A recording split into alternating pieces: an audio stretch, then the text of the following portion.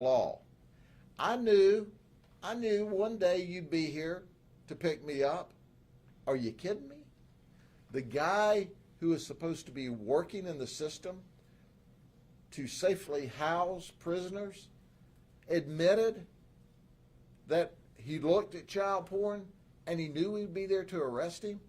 Well, now he's in jail. And our prayer is that we send him to the state prison to be an inmate where he once was a correction officer.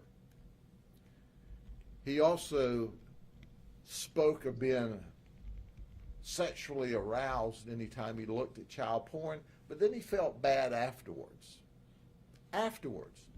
But he would still do it again and again and again. He's a nasty man.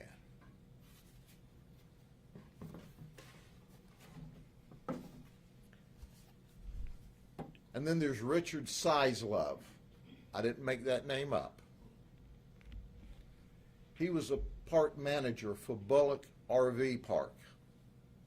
He's charged with 28 counts of child porn. His bond was set at $290,000. He confessed. He's a Navy veteran. He said he's been viewing child porn over 20 years, and the youngest child porn he's ever viewed were children that was as young as 6 months old. 6 months old. Children abused. He said what really sexually arouses him are the toddlers. Richard Sizelove.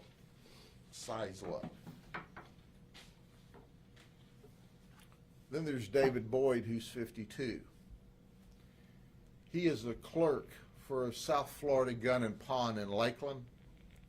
He was charged with 516 counts of child porn and 1 count of sharing the child porn. His bond is $2.5 million. He would, while he's wearing this child porn, now you can't make this stuff up, wear women's underwear. Did you hear me? He would wear women's underwear. He would dress up for the occasion. And then he would on one occasion, he photoshopped his face over one of the photographs of a child who was providing sex to an adult. He photographed his face in there as being the one receiving the sex. This guy is extra nuts. Deviant. This kind of person needs to be in jail for a long time. Then there's Tyreek Lampkin. He's unemployed. He lives with his mom, his grandma, and his aunt. And he's charged with 197 counts of child porn and 1 count of transmission. He confessed. He would look at porn because he didn't have a job. He had opportunities to look at it every day. Then this is what he told us during his confession, that he was saving this child porn so he could turn it over to law enforcement. You know, like he was doing his own investigation. He didn't look like Dick Tracy to me. And he was trading child porn. And then he said, well, the reason I was trading child porn was so I could raise awareness. He didn't look like Dr. Thomas to me. This guy actually told us that. Well, we hope that he has that same story for the jury. And if the jury sees it the way we do, he'll get to go to state prison with the rest of his buddies. And then there's Luigi Santera. Luigi is a Hilton Hotel housekeeping manager at Lake Buena Vista. Oh, he was. Thank you, Hilton, for firing him. He was in possession of 148 counts of child porn and we charged him with 12 counts of sharing this child porn. His bond was set at $426,000. Now, not only did he like child porn, he liked granny porn and trans porn. So he was an equal opportunity offender. Whether you were an infant or a granny or anyone in between, any porn was good enough for him. Now, I'm not going to go through the others. That it's a rendition, quite frankly, of the things that you just heard. But for a minute, let me change gears here. Let me tell you that all together in this operation, we filed 2,777 criminal felony charges against this group of people. I want to thank State Attorney Brian Haas, who's simply the very best, and our prosecutor that worked with us, as he always has, and Brad Copley is just absolutely fantastic, and he is our not only the expert in prosecuting these cases, he also directs and gives us legal advice as we conduct the investigations. So we go to Harrison Egbert's house. I'm going to refer to him as Egbert because I think that name is appropriate for what I'm about to tell you. Whereby we were charging him with 1,000 counts of child pornography. He said he was a hoarder of child pornography. He liked to keep it around. In fact, we only charged him with 1,000 counts, or to be specific, 999 counts, because, you know, the computer systems aren't set up to take 1,000 criminal charges on one person. But we have 3,000 more photographs and videos that he has. So if what I'm about to tell you doesn't get him in prison for about 18 life felonies, or 18 different life terms, nothing will. He was a U.S. Marine veteran. He worked for Lead Feathers in their custom shop as an armorer. Lead Feathers is a very popular gun store in the Winter Haven area with a great reputation, but little did they know they had a deviant and a pervert as an armorer who worked in their custom shop. But during the investigation, part of the interview circles around, do you know child victims? And during the interview, he admitted that he was a hands-on offender, that he had created child porn with 2 children he had access to. Those children, at the time he created this child porn, were 5 years old and 3 years old. And he did this after he got them into a shower. And then Egbert told us about a friend of his, David Lavin Jr. David Lavin Jr. is a contractor. He installs audio, video equipment, and apparently Department of Transportation requires some kind of certifications on trucks. So he didn't work for DOT. He would work for different trucking companies, certifying that their trucks were eligible to drive on the highways. He's married, this gets complicated, to Ivanette Leon, who's 30. Okay? I'll get back to her in a minute. She's not out of the box either. So he said, Egbert tells us that he and his friend both have sexually battered a little girl that they found access to, who was between 6 and 8 years of age. a female. On multiple occasions when she was as young as 6, over a 2-year period. We found videos of their sexual conduct. Now keep in mind, when they created this child porn and they sent it out, these children will be victimized for the rest of their lives. There's no way to wipe it and get it off of the internet. And I can tell you, our big internet companies that created this infrastructure could stop it, but they don't because they're greedy. You see, money is more important to them than the fact that children have been victimized.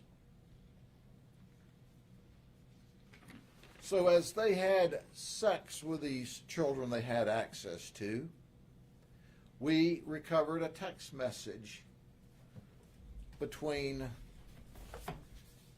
Egbert and Lavin, where they were texting each other. Things such about how wonderful the sex was and how they planned to do it again, and the different maturations they planned during the sexual encounter, and who all they wanted to try to locate or attract or groom into the business. We saw a lot of bravado, a lot of bragging, a lot of teamwork. We found a video of one of these guys sexually battering a child and taking a video, while the other man, Lavin, also videoed it from a different perspective while creating a pleasurable experience for himself. You can't make this stuff up.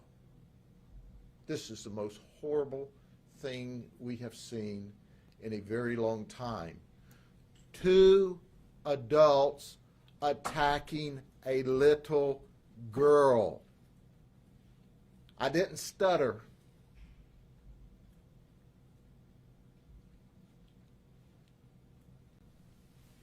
And we have multiple pictures of this. They admitted during this event and talked about future engagements and having sex with young children. Then they exchanged all the video. And then there's Ivanette. Ivanette is married to Lavin. She was charged with tampering with a victim, which is a life felony, and contributing to the dependency of a victim, and she was arrested. And they let her bond out of jail. That's right. Well, we had other charges pending, and we went back yesterday and re-arrested her for accessory after the fact. She only cared for Lavin. She didn't care for this child that they gained access to at all. In fact, she pressed that child that they had access to, that they gained access to, and groomed them and coached this baby never to say a word. Did you hear that? Did you hear what she did to protect him? To allow this environment to continue to go on?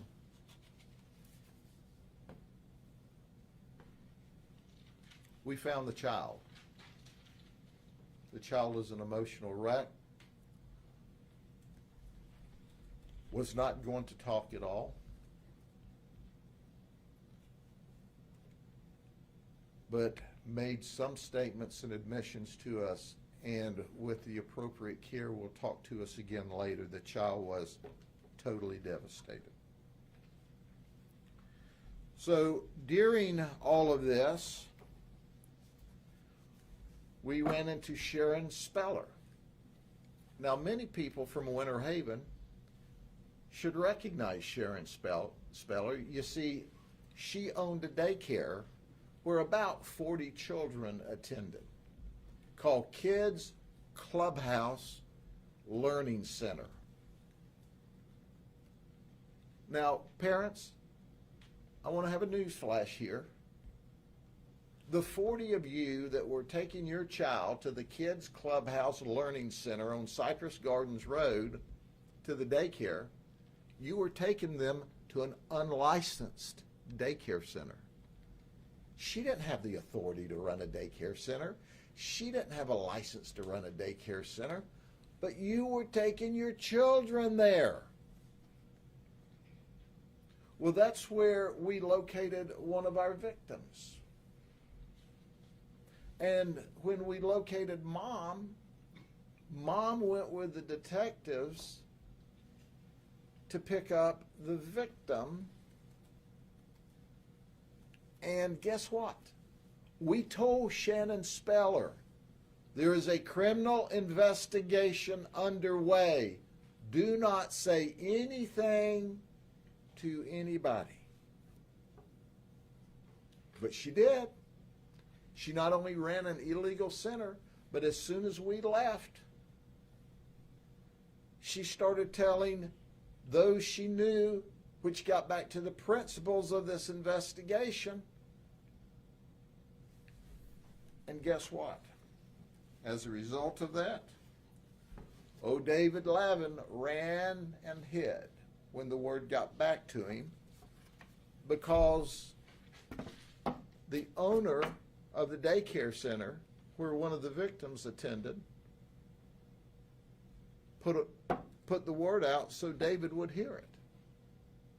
She went to jail. DCF and the sheriff's office has shut down her illegal business. Now, I want to underscore, at this early stage of the investigation, we have no information, zero, that any of the other children were sexually abused. But if I was a parent, I'd be asking questions of my child. I would be concerned. And parents, let me give you just like a piece of free advice here. Do you not check out and ensure that the daycare centers watching your babies are licensed, are certified, are trained, are legal? If you don't, I would suggest you start doing that, because you put your children in the hands of somebody who was willing to tell the suspects that an investigation was underway.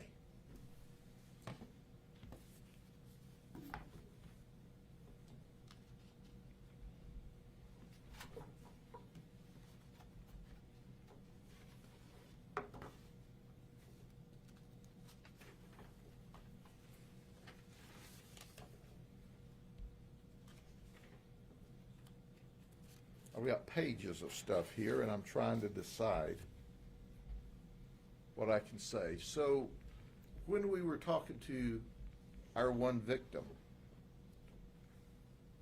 our little girl, she said, if I talk, I won't get the cell phone they promised me. They programmed this child not to talk. Our heart breaks for these babies and these children. But once again, I'm going to introduce to you the subject matter expert, Dr. Mary Ann Thomas, for her to make statements about the hope and the opportunity and the way that we can rescue children and what we can do and how we as a community have to work together to stop this in its track. How the internet companies, the big players in this, have got to sit down in the boardrooms and say, this could be your child or my child, your infant or my infant. And why we sit here and make a lot of money, and I don't begrudge them making money, we've got a moral and ethical obligation, if not a legal one, to stop people from transmitting sex porn of babies, of infants across our systems.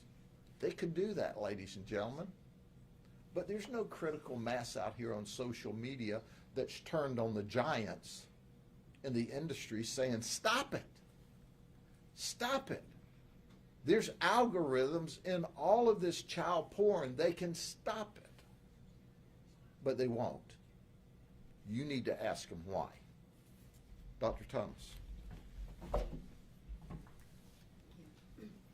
Thank you all. And this is a hard topic, right? Nobody wants to talk about what happens to children, especially when it's something awful like this. And unfortunately, this is what we see every day in my line of work. I am Dr. Mary Ann Thomas, and I work for One More Child in their anti-trafficking department. And what we do is we provide services to boys and girls as young as 10 years old who have been trafficked. Unfortunately, what you've heard about today is not new. It's not new to us. It is something that we hear every day. What we know is that 70% of child sex trafficking happens online. That's scary as a parent. That's scary to know that your child has all of this access to everything in the world, which could be great. It's great for knowledge. It's great for community. But that also gives access to your child. That gives predators access to your children. The number one way parents can prevent this is to know what your children are doing online, to make sure that you have access to all of their social media, even if it means they don't like you when you ask. Check their passwords, log into their things, see what they are doing, see who is talking to them. You heard the sheriff talk about grooming a few times, and that is how this happens. The movie Taken is great. It's very entertaining, but that is a very small percentage of human sex trafficking victims. Most of them are trafficked by someone who gets to know them, who is familiar to them. It has to be somebody who has access to your child. And the number one way right now is through their social media, through their video games, through those chat rooms. They groom your child. They get to know your child. They talk to them in kind ways. It's not mean. It's, hey, you're a really nice kid. You seem to have a lot of smarts. You have a lot going on. And it starts with something that seems very simple. A picture of just your face. That's easy. Most people wouldn't think twice about sending that. And it's a gradual pushing of your boundaries until you are doing things you never thought you would do. And for very young kids, and we do know that that they are 20% of children under 18 that are trafficked, 20% are under the age of 8. That's a lot, and that's very young. And you have to think a lot of very little kids wouldn't think twice about taking a picture and sending it somewhere. Once you've sent one picture, it's easier to send the next. Once you've been enticed with a cell phone or with lives on a video game, it's easier to do the next thing. And that is what a trafficker does, is they push those boundaries until you no longer have any. The children don't know what's going on. They think this is a friend. They think this is someone who cares about them. They come at them as someone who cares about them. And the children are just pawns in a very ugly game that we all have to watch. And this is what we are doing with Polk County Sheriffs, is we are stopping these people. We are recovering victims. And once we are found, then what happens next is we provide great services for them. We provide counseling for children who have been found. We provide mentorship. People like me who have come through that life, who understand what it is like to live that life, and are able to walk alongside boys and girls and say, this doesn't have to be your future. Just because something bad happened to you, it does not have to define who you are. It doesn't have to be what you are for the rest of your life. And that's why it's important for operations like this, where we are able to find the child victims early and get them the help that they need. it does take a community. I am so thankful for our partnership with Polk County Sheriff's Department. I love every officer, detective, deputy that I've ever worked with, and I appreciate the heart that they have for the community, that I see trauma-informed people doing good work, arresting bad guys, and making sure that victims get the help that they need. Thank you all so much for allowing me to speak about what is really near and dear to my heart. And I hope that you will take this and share this information so that we can put an end to this. Thank you. Thank you, Dr. Thomas. We'll entertain questions, and depending on what they are, we may answer them or we may not. So, this is one for Dr. Thomas. How savable are the kids? How healable are they when they've gone through such trauma? Well, I'm standing here, so I guess it's okay. But it takes a lot of work, right? First, it takes somebody who's going to recognize us and someone who's going to say that we are worthy of help. Often we get shoved aside and we get put into a system that doesn't have a lot of answers. So finding the right care is important.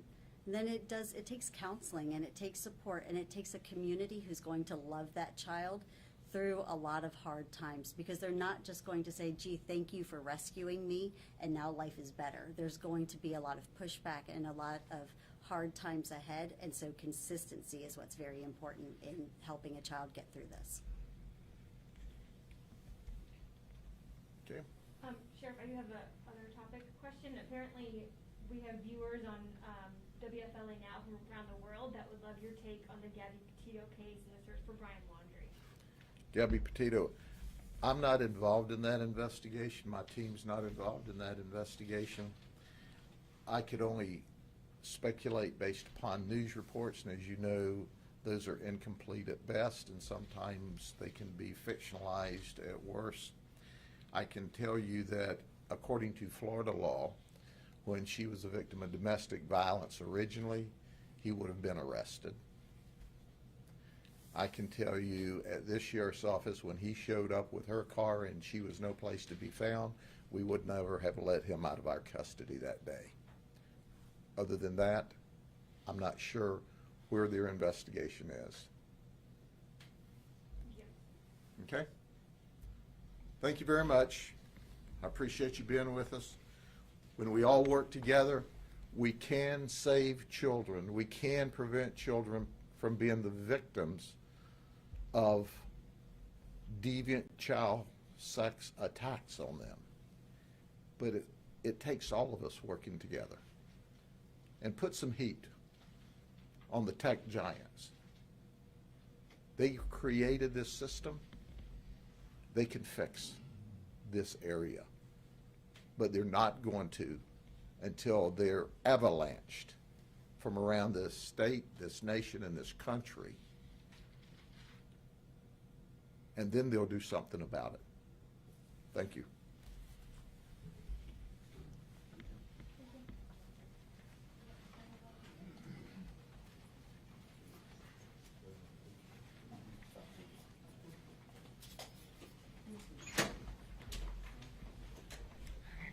I'm going to grab this, I'm going to bring it right back.